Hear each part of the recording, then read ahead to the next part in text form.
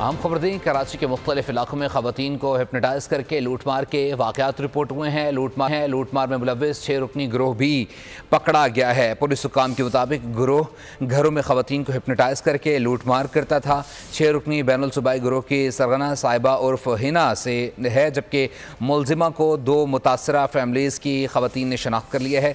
मज़ीद तफसीलात जान लेते हैं। बोलने उसके नुमाइंदे खुरम गुलजार से। खुरम, अपडेट कीजिएगा।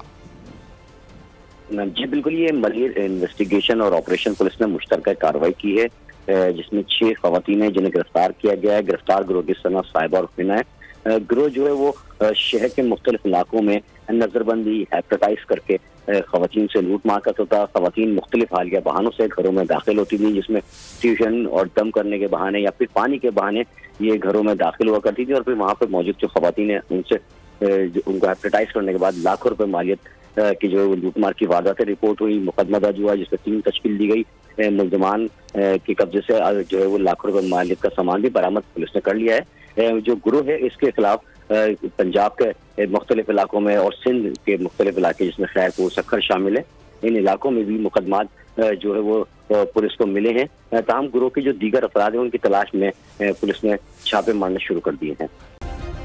सब्सक्राइब करें और बेल दबाएं ताकि कोई खबर रह न जाए।